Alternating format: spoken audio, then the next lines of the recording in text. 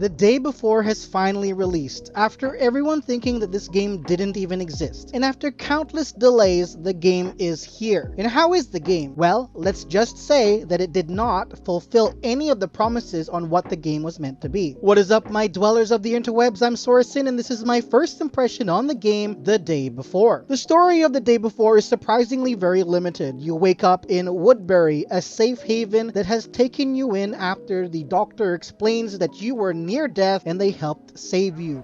All right. Your speech organs seem fine. Nice to meet you.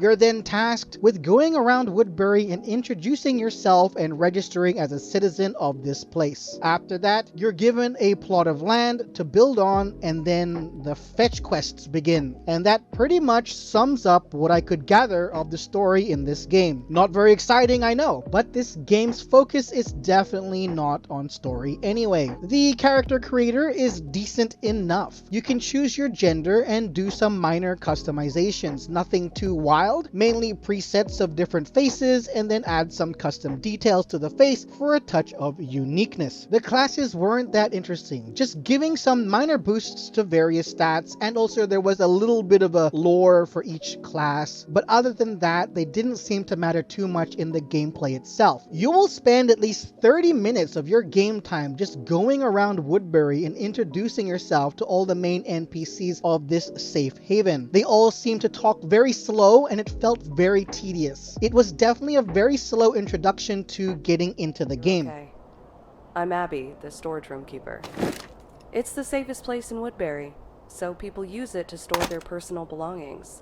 I'm usually quite interested in housing in games, but this one just felt like it was added, but no thought was put into it too much. You can't even interact with the furniture. It's just for looks, and that seems to be about it. You also don't seem to get any benefits from the house either, which is fine, but I'd like to at least be able to interact with the housing furniture. A lot of housing is for roleplay purposes, and if I can't even interact with the items in my house, it feels like it serves no purpose whatsoever. Once all that is done, you can finally enter the world of the game. Now, the developers said that this game was going to be an open world MMORPG game. But instead what we got was a small roaming area that you load into and then have to extract to get out. So basically they created a Tarkov style game with zombies, which is not an open world MMORPG at all. When you die in the game, you will lose all your salvage, so making it to an extraction point becomes very valuable. The game definitely has a huge focus on PvP over zombies in the game. I came across more players and was killed by players instead of zombies. The zombie aspect in this game felt like an afterthought, even though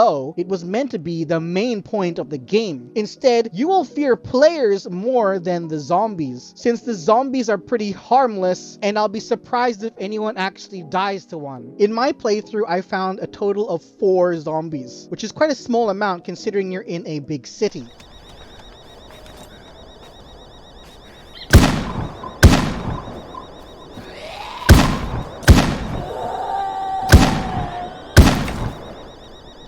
Other players, on the other hand, will hunt you down regardless of if you have gear or not. They could be decked out with an assault rifle and armor, and they'll still kill a new player, like myself, even if I have nothing of value and a gun that isn't even an upgrade for them. So they'll just sell it. I learned pretty early on that instead of following the quests, which are all fetch quests by the way, it's best to ignore them and just focus on collecting salvage to bring back to Woodbury, so then you can sell it. That way you can save money and buy even better gear, so then you can be the one hunting other players too. And that's pretty much all this game really has to offer. The combat in the game is sluggish and felt very delayed. When you shoot someone, or on the rare chance you spot a zombie, the impact of the shot will be delayed and you're left unsure if you even landed a hit on the enemy at all. I did not enjoy the combat of this game at all. It was very stiff and very buggy.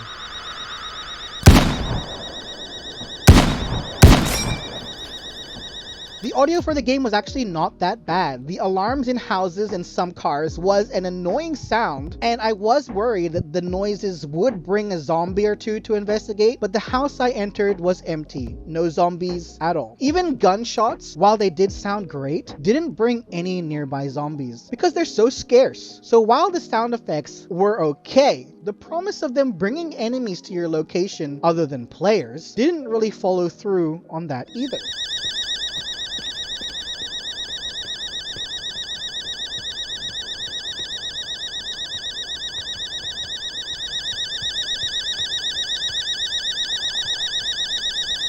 The visuals of the game are also completely different to what the game originally advertised in the early trailers. The game may run on Unreal Engine 5, but it looks very bland. It's not an ugly game, but it's not what was originally promised. That's for sure. Also, the game is completely unoptimized. No matter what graphic settings I set it to, the game would eventually stutter and drop frame rates by a large amount. Overall, I'd say that the day before was a disaster we all knew was coming. The game had so many issues before it even launched. It was amazing that the game even existed. The fact that the trailers promised so much that the actual game never had was definitely a red flag. The developers claimed that they worked on this game for 5 years, but the game feels like a very early release of a bare bones game that if it wasn't advertised as an open world MMORPG and maybe an actual extraction type game that it turned out to be, it could have been an okay game. Maybe. But that's if you really strip down all the things that aren't good about the game at the moment. Will this game survive? I'm not sure. The game is sitting at overwhelmingly negative reviews on Steam right now. This is the first game that I feel deserves a low score. I give this game a 4 out of 10, and that's being somewhat generous because underneath it all, there is the beginnings of a below average extraction game that, given enough time, could be an average extraction game with a dash of zombies. But for now, this game is a giant disaster. So there you have it. That's my first impression on the game the day before. Thank you for watching. I'm Sorasin. Have a fantastic day. Please drop a like and subscribe to the channel if you enjoyed my content, and hit that bell icon to stay up to date on all my upcoming videos. And if you're watching this on taptap.io or on the TapTap app, I hope you'll consider following my profile as well. Bye bye.